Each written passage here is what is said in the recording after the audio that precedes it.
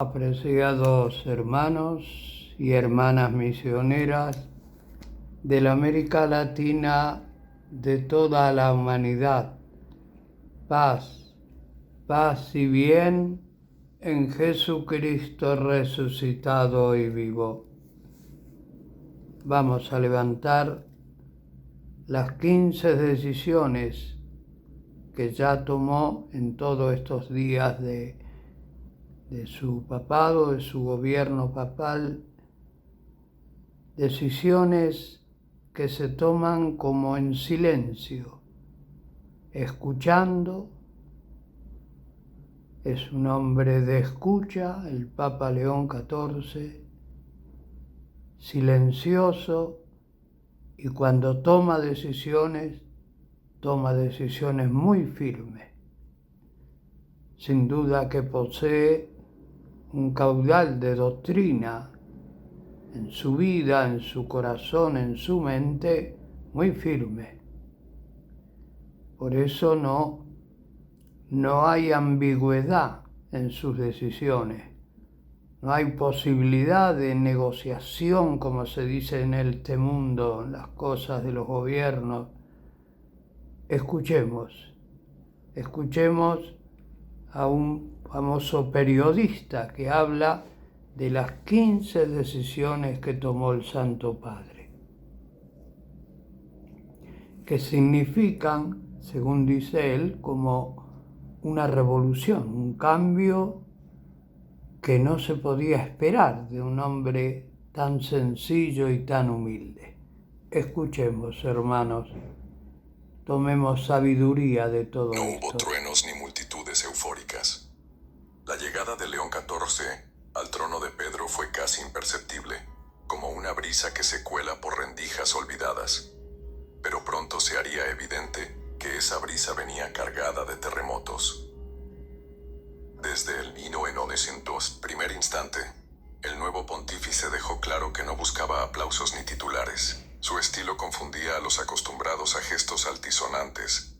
Hablaba poco, decidía despacio, pero cuando lo hacía, nadie quedaba indiferente. Sin buscar protagonismo, su sola presencia comenzó a alterar dinámicas anquilosadas. Algunos lo describieron como una figura desconcertante. Otros, como un pastor radicalmente evangélico. Pero incluso sus críticos más cautelosos admitían que algo profundo se estaba moviendo bajo los cimientos del Vaticano. Lo que parecía una continuidad silenciosa pronto se reveló como una transformación implacable, no con gritos, sino con actos. No desde el balcón, sino desde los márgenes. No hay espacio para lo ambiguo, a diferencia de otros líderes que intentaron contentar a todas las corrientes. León XIV no estaba jugando a mantener el equilibrio, no buscaba negociar entre sensibilidades enfrentadas, ni construir consensos diluidos. Su pontificado estaba dejando atrás la diplomacia ambigua para abrazar la claridad incómoda. Y esa claridad, aunque incómoda para algunos, resultó esperanzadora para muchos otros. En pocas semanas las señales eran claras. El cambio ya no era simbólico, era real e irreversible. Decisión 1. La purga sin escándalo. La primera movida no llegó acompañada de cámaras ni ruedas de prensa, solo una breve nota administrativa publicada en el Boletín Oficial de la Santa Sede. Pero para quienes conocen la maquinaria vaticana, los nombres decían más que cualquier discurso.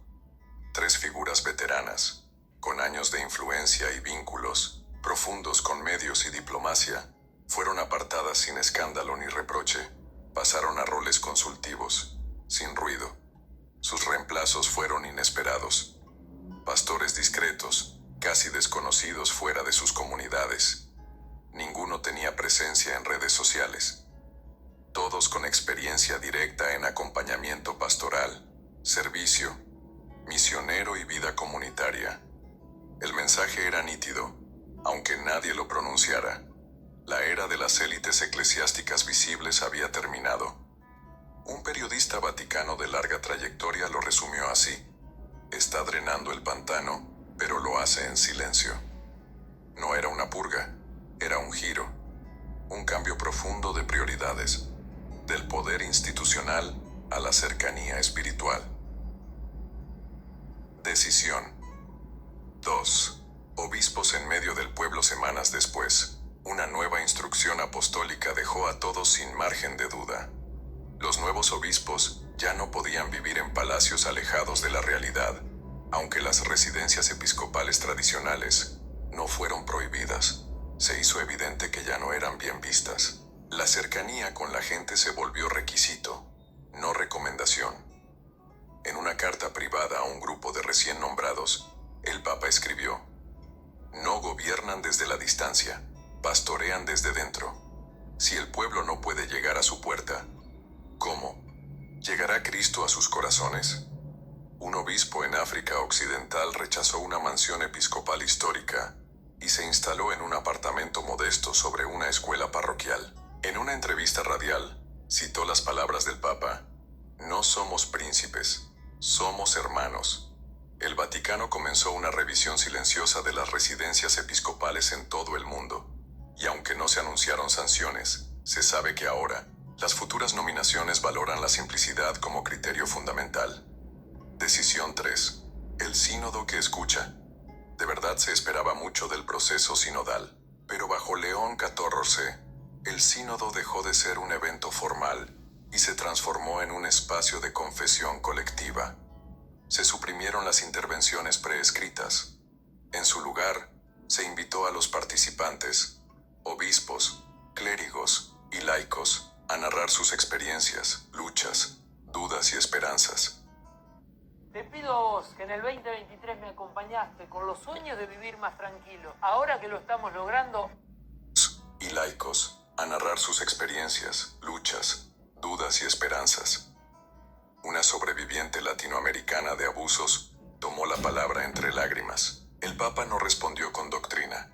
Se quitó el solideo, lo depositó sobre la mesa y pidió silencio. 10 minutos de absoluto silencio. Un silencio que resonó más que 1000 homilías. Pero lo realmente revolucionario vino después. Se exigió que los obispos consultaran regularmente con consejos laicos, rindieran cuentas y abrieran procesos de discernimiento compartido. La Iglesia no puede hablar de sanación si no está dispuesta a escuchar el dolor, dijo el Papa en una sesión privada. Decisión 4. Preferencia por los invisibles. El corazón teológico de León XIV no se construyó en aulas académicas, sino en las calles polvorientas del Perú. Allí, entre migrantes, indígenas y pobres, aprendió que la iglesia más auténtica no tiene centro fijo, sino que se mueve donde el dolor se esconde. Su primera encíclica, De Marginibus Ecclesiae, desde los márgenes de la iglesia, fue un llamado a descentralizar el poder y recentrar la compasión. Redirigió fondos curiales hacia proyectos humanitarios, canceló la renovación de un edificio millonario y destinó ese dinero a reconstruir un hospital en el Líbano. Algunos asesores se mostraron perplejos. Uno de sus más cercanos colaboradores comentó: "No quiere una iglesia pobre como eslogan, sino como realidad". Y eso comienza por arriba. Decisión 5. El fin de los títulos clericales. El clericalismo, ese viejo mal que distorsiona el servicio en poder, fue confrontado sin estridencias pero con determinación. Una nueva instrucción limitó el uso de títulos honoríficos para sacerdotes fuera de los actos litúrgicos. Monseñor, reverendísimo, excelencia, todo quedaría restringido al ámbito ceremonial. En la vida pastoral diaria, se pidió sencillez absoluta. En una homilía privada, el Papa expresó: "El alzacuello no es una corona, es una toalla para lavar los pies". La medida incomodó a sectores conservadores, especialmente en Europa y Norteamérica, pero fue acogida con alivio en regiones del sur global, donde los sacerdotes viven sin reconocimiento ni salario. Mientras algunos en la curia intentaban interpretar los primeros gestos del Papa León XIV como simples ajustes de estilo, él avanzaba en otra dirección. No quería administrar la iglesia, quería sanarla. Sus movimientos eran calculados, casi quirúrgicos. No lanzaba decretos grandilocuentes, Prefería cambiar el curso de un río moviendo discretamente las piedras en su cauce. Decisión 6. Apagar los reflectores. El Vaticano estaba acostumbrado a una élite clerical que hablaba en conferencias, opinaba en medios y se volvía marca personal en redes. Pero bajo este papa, los rostros más mediáticos del clero comenzaron a desaparecer del escenario público. No fueron censurados, no hubo castigos, solo una serie de reasignaciones estratégicas. Sacerdotes con millones de seguidores en YouTube pasaron a servir en parroquias rurales, acompañando moribundos y enseñando catequesis a niños de aldeas olvidadas. Uno de ellos, al ser preguntado por su traslado, dijo: "No me castigó, me recordó quién soy". El Papa tenía una convicción: el pastor que siempre es visto, rara vez está con sus ovejas. Y la puso en práctica sin discursos, solo con acción. Decisión 7. Acoger sin condiciones. Uno de los pasos más inesperados del pontificado fue su trato hacia los católicos LGBTQ. No los abordó como un problema doctrinal, sino como hermanos que debían ser vistos y escuchados. Poco después del sínodo, convocó una reunión privada con familias LGBTQ. Sin cámaras, sin protocolo, solo un círculo de sillas, una vela encendida y un crucifijo. Una madre, presente en ese encuentro, dijo después: no nos dio respuestas, nos hizo preguntas, y luego lloró con nosotros. El documento pastoral Amoris Testimonium no cambió la doctrina, pero transformó el tono. Ordenó que cada diócesis realizara sesiones de escucha con estas comunidades. Pidió eliminar el lenguaje que hiere. Invitó a los obispos a caminar junto a todas las familias, sin excepciones. Jesús no pedía credenciales antes de sanar. Solo preguntaba: ¿quieres ser sanado? Decisión 8. Ceder el control. En una época donde el autoritarismo reaparecía en distintos rincones del mundo, León XIV optó por lo contrario. Usaba menos su autoridad, no más. Raramente imponía decisiones por decreto. Prefería escribir cartas personales a los obispos, pidiendo opiniones antes de actuar. En una de ellas escribió: si no puedo oír la voz de los pastores, ¿cómo reconoceré la del buen pastor? Reestructuró la curia para descentralizar el poder. Cada dicasterio debía incluir laicos, mujeres y personas de diversas regiones del mundo. Por primera vez, varias oficinas vaticanas eran dirigidas por no italianos. Un cardenal conservador comentó en privado: este papa no teme la disensión, teme el aislamiento. León XIV no debilitaba el papado, lo abría, lo ensanchaba, hacía de la autoridad algo compartido, no acumulado. Decisión 9. Desmantelar el viejo seminario. Durante décadas, los seminarios formaron sacerdotes bajo un modelo rígido: jerarquía, academicismo y distancia emocional. Para León XIV, eso era una deformación peligrosa. Lanzó una reforma en 3 fases. Encargó a un grupo mixto, sacerdotes, religiosas, psicólogos y teólogos laicos, el diseño de un nuevo plan global. Implementó programas piloto en 5 países con comunidades reducidas, acompañamiento pastoral directo y formación en trauma. Y la medida más radical: ningún seminarista sería ordenado automáticamente tras terminar sus estudios. Tendrían que pasar un año completo en servicio no litúrgico, en contextos de sufrimiento real.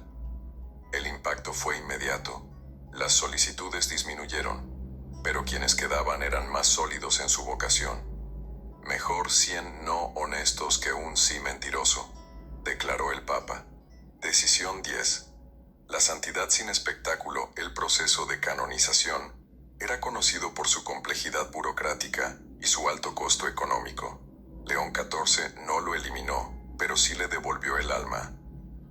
Congeló más de 200 causas detenidas por falta de fondos o política interna.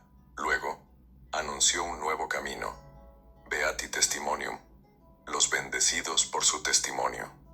Hombres y mujeres comunes, cuya vida irradiaba el Evangelio sin necesidad de milagros, serían reconocidos localmente por su fidelidad vivida. Un obispo, En Sri Lanka dijo tras el anuncio: por primera vez puedo decirle a mi pueblo, no necesitas ser obispo, fundar una orden o hacer milagros para ser recordado por la Iglesia. Solo amar como Cristo. León XIV recordaba al mundo que los santos no son intocables, son vecinos de Dios. Cuando parecía que ya no quedaban sorpresas, el Papa León XIV cruzó una línea que muchos consideraban inabordable. No con estrépito, no con proclamaciones triunfalistas. Lo hizo con determinación pastoral, abriendo espacios que la Iglesia había cerrado por siglos. Su revolución, hasta ese momento marcada por gestos de escucha y descentralización, entraba ahora en territorios estructurales. La historia de pronto no era solo espiritual.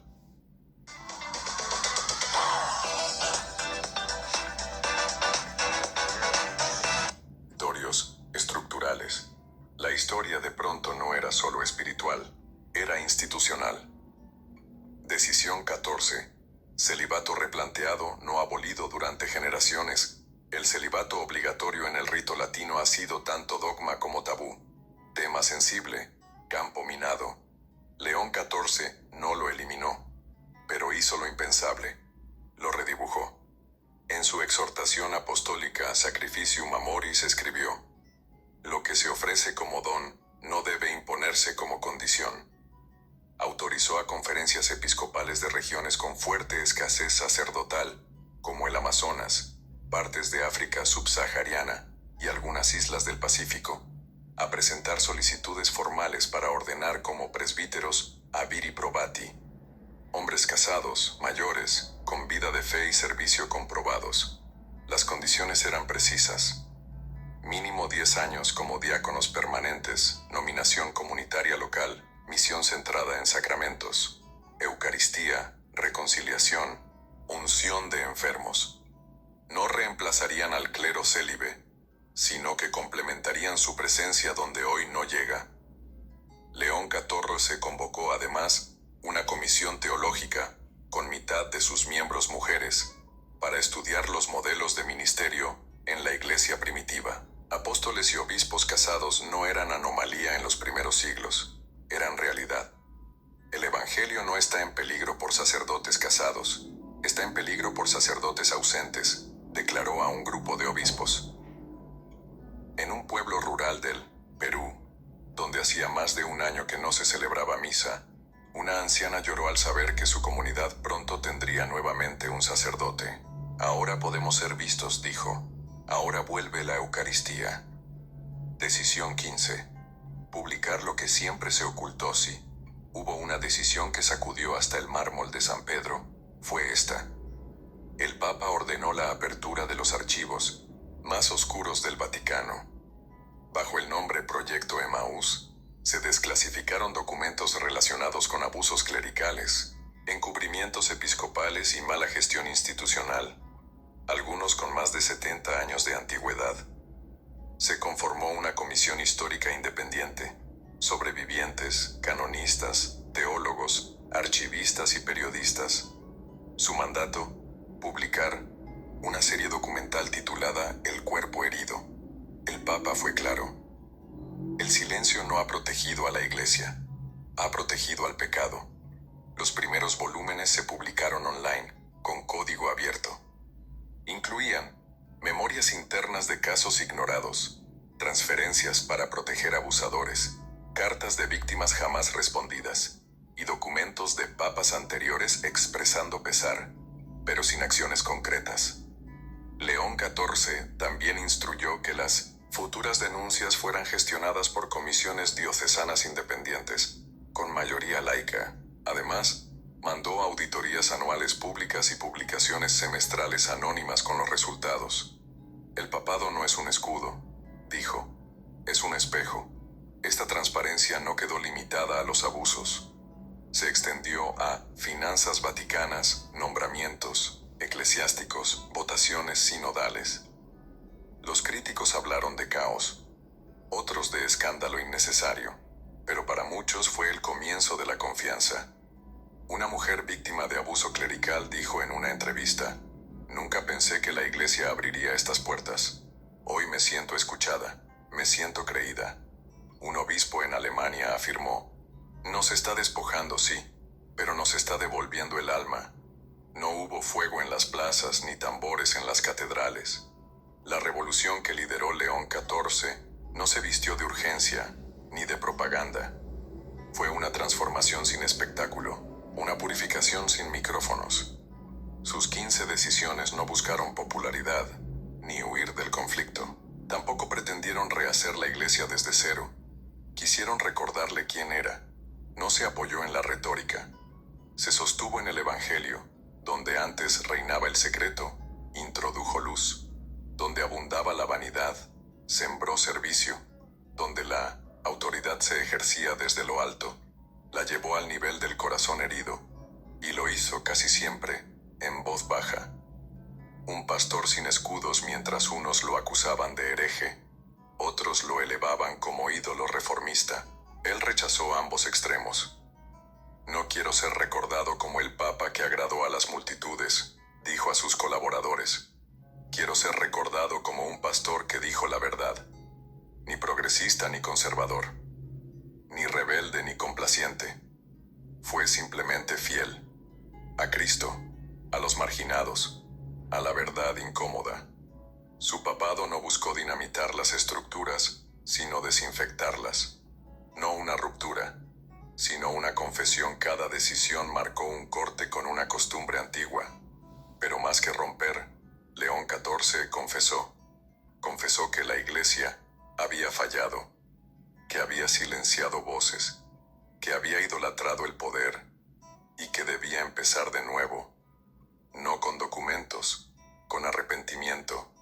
En una homilía final antes de la Semana Santa, dijo: la santidad no empieza en los altares, comienza en el polvo, en la renuncia, en decir: me equivoqué. Ese fue su verdadero terremoto, no uno de estructuras, uno de alma. De Roma a los márgenes, las ondas de sus reformas ya alcanzaban rincones invisibles. En Argentina, seminarios reescribían su formación pastoral desde el trauma. En Polonia, los consejos laicos participaban de decisiones diocesanas. En Filipinas, las homilías se escribían a partir de lo que el pueblo compartía en domingos de escucha. En Papúa Nueva Guinea, un diácono casado se convirtió en el único sacerdote de 4 comunidades aisladas. En Alemania, nuevos seminaristas citaban el cuerpo herido como razón de su vocación. La iglesia, por fin, volvía a mirar hacia abajo, y ahí, donde siempre estuvo Cristo, encontraba de nuevo su rostro. Un papa herido, no débil. León XIV no gobernó con fuerza, gobernó con cicatrices. No alzó la voz, se inclinó, y al hacerlo, abrió grietas en los muros antiguos por donde volvió a entrar la luz.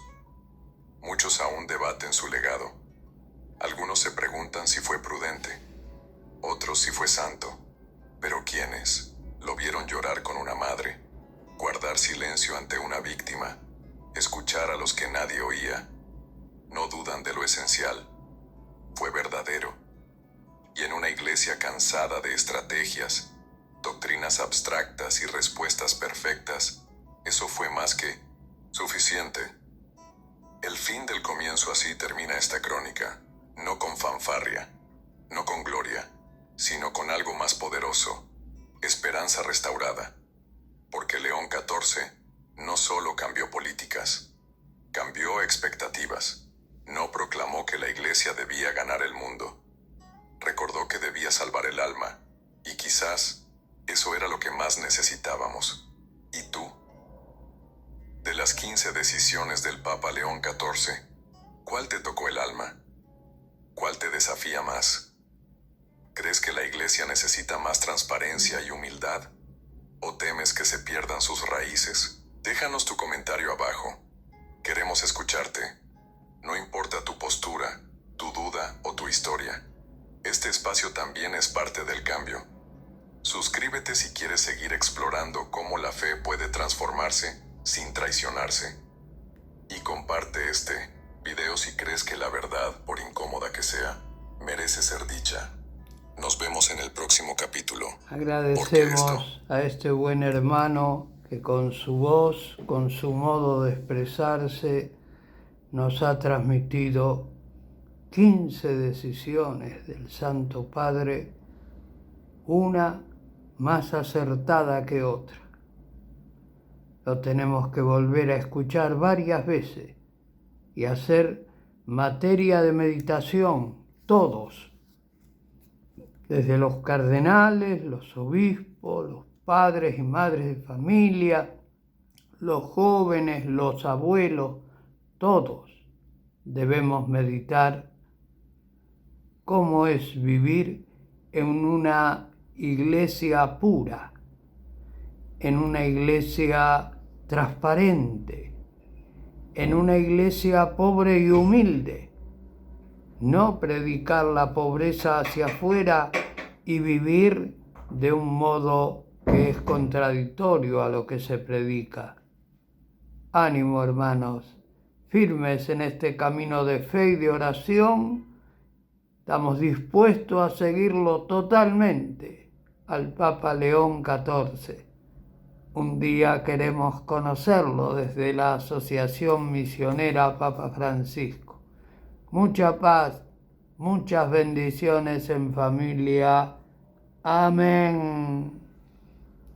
Nos ponemos en la presencia del Señor misericordioso y pedimos bendiciones abundantes sobre los frutos que puede dar el Papa León XIV en la Madre Iglesia. Desde el principio no hemos tenido duda de que fue elegido por el Espíritu Santo, por su vida ejemplar como misionero allá en las montañas pobres y dolorosas del Perú, con gente humilde, con aborígenes, con firmes.